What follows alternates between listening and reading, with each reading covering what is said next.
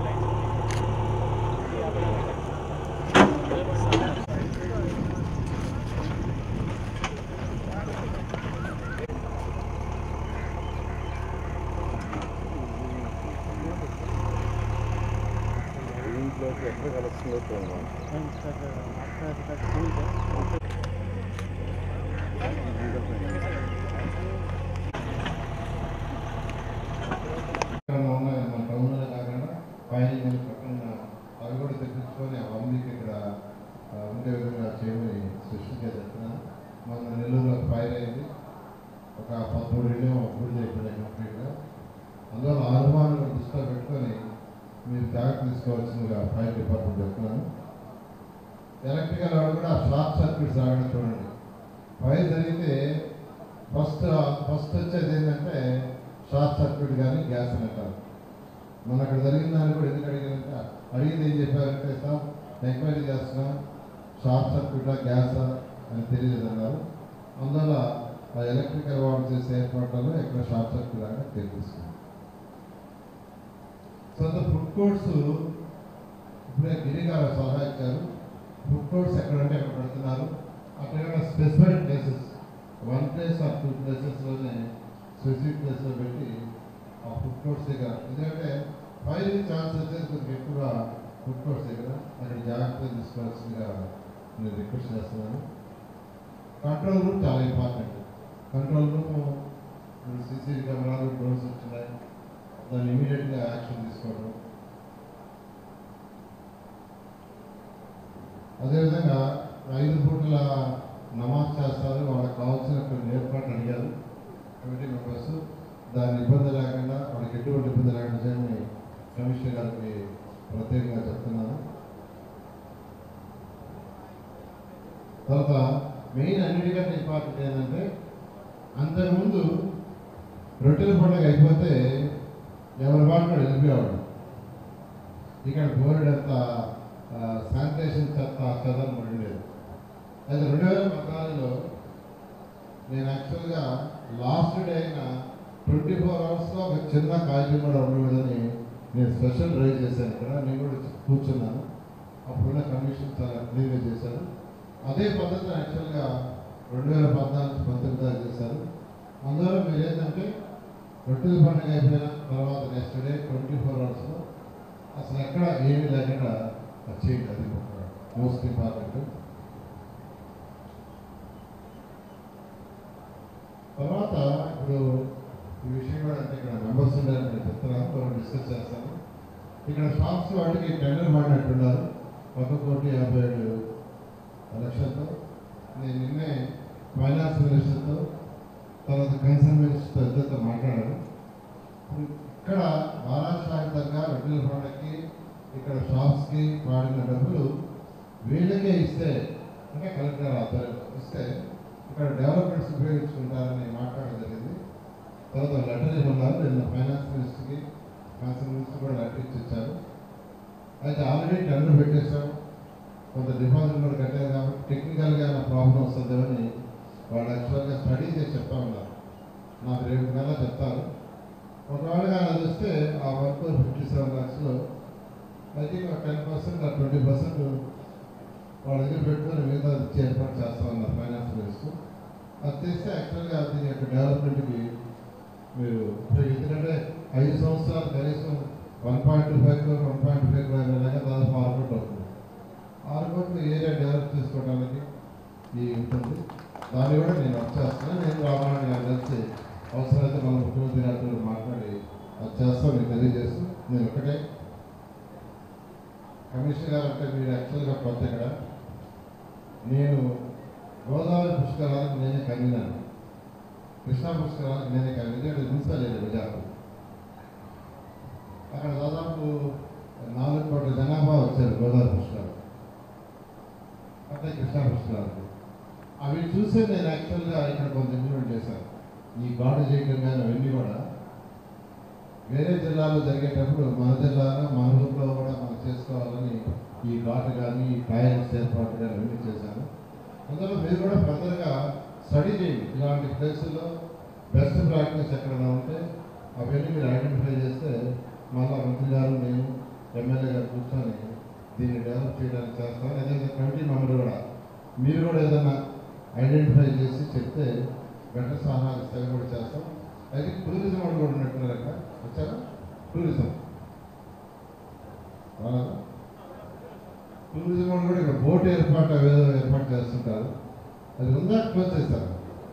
దాన్ని కూడా జాగ్రత్తగా చేయాల్సిన రిక్వెస్ట్ చేస్తూ ఏదేమైనా మనం ఈ యొక్క ప్రోగ్రామ్ని ఈ యొక్క రొట్టెల పండుగ ఒక్క నెల్లూరు సిటీ ప్రజలే కాదు, సిటీ అంటే 54 డివిజన్లే కాదు, నెల్లూరు జిల్లా ప్రజలే కాదు, ఈ రాష్ట్రంలో ఉన్న 26 జిల్లా ప్రజలే కాదు, పక్క రాష్ట్రాల ప్రజలే కాదు, ఇతర దేశాల నుంచి కూడా ఇక్కడికి వస్తారు ఎంతో నమ్మకంతో.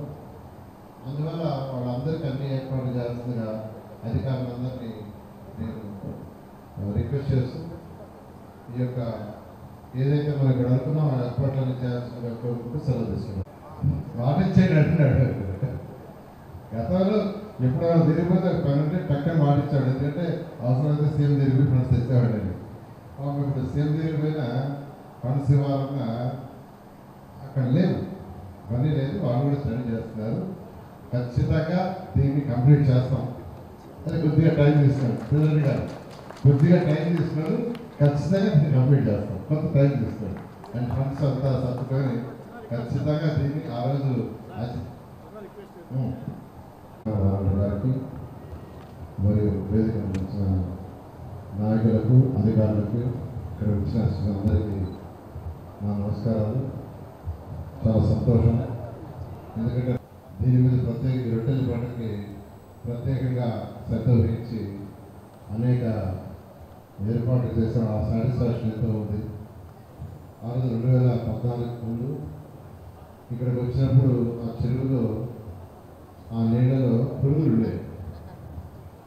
ఫస్ట్ నేను ఇరిగేషన్ డిపార్ట్మెంట్ వాటర్ పెంచి ఫస్ట్ వాటర్ లెవెల్ పెంచుకున్నాను. ఎంత పెంచగలంటే అది రోజు కింద పెంచగలమన్నారు. దాన్ని చేయడంతో కొంత వాటర్ యొక్క క్వాలిటీ పెరిగింది. తర్వాత అక్కడ ఉన్న మట్టి మసాలంతా క్లీన్ చేయడం మున్సిపల్ కమిషనర్ గారు చెప్పడం, క్లీన్ చేయడం ఫస్ట్ దానికి స్టార్ట్ అయింది. అప్పుడు అజీజ్ మేయర్ గారు ఆయన టాయిలెట్స్ మొబైల్ టాయిలెట్స్ ఆ రోజు చెన్నై నుంచి 400 తెప్పించాడు. 400 అంతేనా? ఒక 400 మొబైల్ టాయిలెట్స్ తెప్పించడం స్టార్ట్ చేయడం. అయితే ఆ ఇల్లు అంతవరకు మాత్రం చేయగలిగాం. ఈ పరిసర ప్రాంతాలు ఎక్కడ కూడా ఒక చిన్న కాగితం ముక్క కూడా లేకుండా చేసాం. ఆ జరిగిన 3 రోజులు 4 రోజులు చిన్న కాగితం కూడా.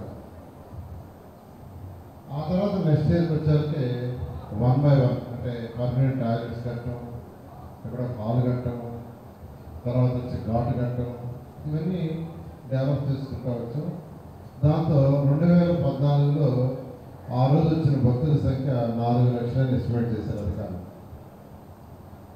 2019కి 20 లక్షలని అధికారులు ఎస్టిమేట్ చేశారు.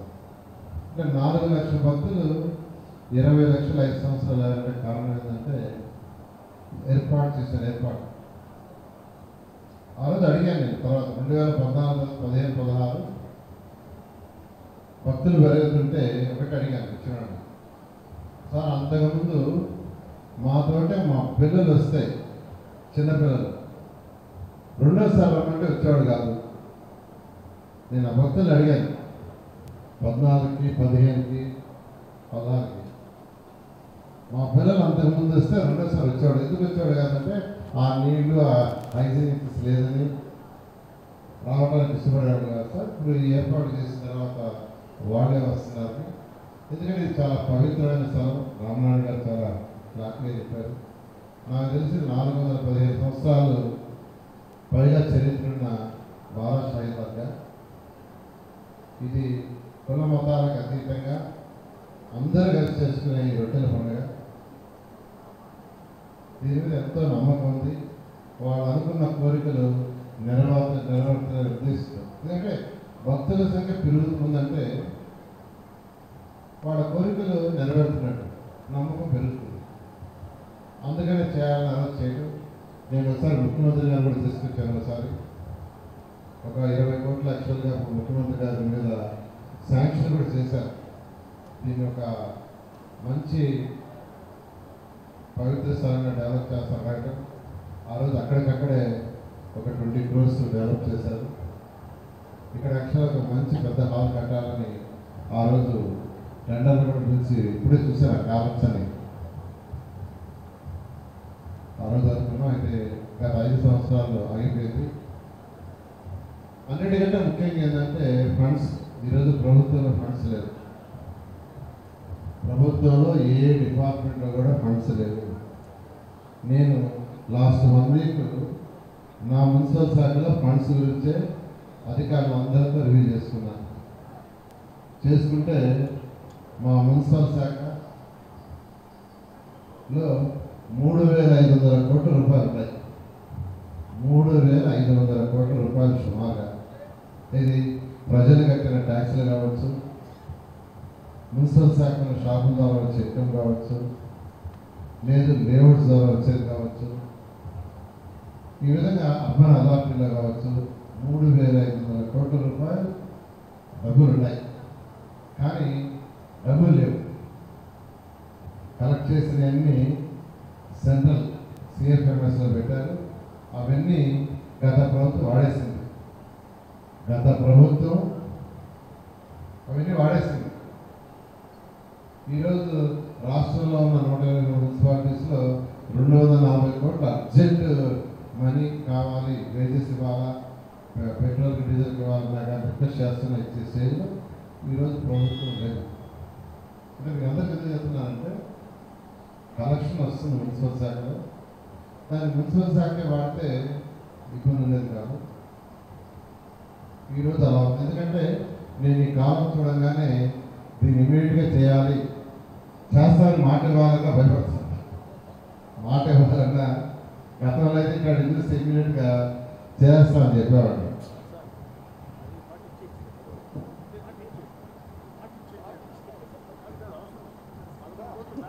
కొద్దిగా సమయం తీసుకొని ఫండ్స్ బడ్జెట్ ప్లాన్ చేసి ఖచ్చితంగా దీన్ని చేస్తానని నెల్లూరు ప్రజలందరికీ యాక్చువల్గా ఈ సందర్భంగా తెలియజేస్తున్నాను. నేను మంత్రి గారు కూడా కావచ్చు, రామనాయుడు గారు కూడా సీట్తో దీని గురించి డిస్కస్ చేస్తాను.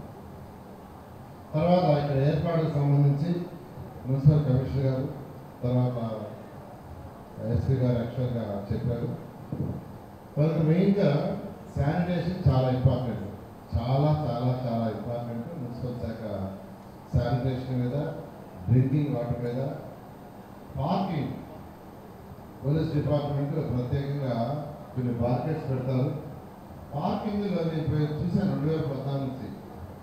నేను యాక్చువల్గా పార్కింగ్ ప్లేస్ ఉపయోగం అటు చూస్తే పార్కింగ్లో వాటర్ ఫెసిలిటీస్, టాయిలెట్స్ ప్రొవైడ్ చేసేవాడు కానీ అవి ప్రాపర్ వాళ్ళకి అందుబాటులో ఉండే కాదు. అందువల్ల కమిషనర్ గారికి ఆ డిపార్ట్మెంట్ వాళ్ళు చెప్తున్నాను, డ్రింకింగ్ వాటర్, టాయిలెట్స్ మీరు ఎక్కడైతే పార్కింగ్ పెడతారో అక్కడ కొద్దిగా స్పెషల్ డ్రైవ్ చేయండి.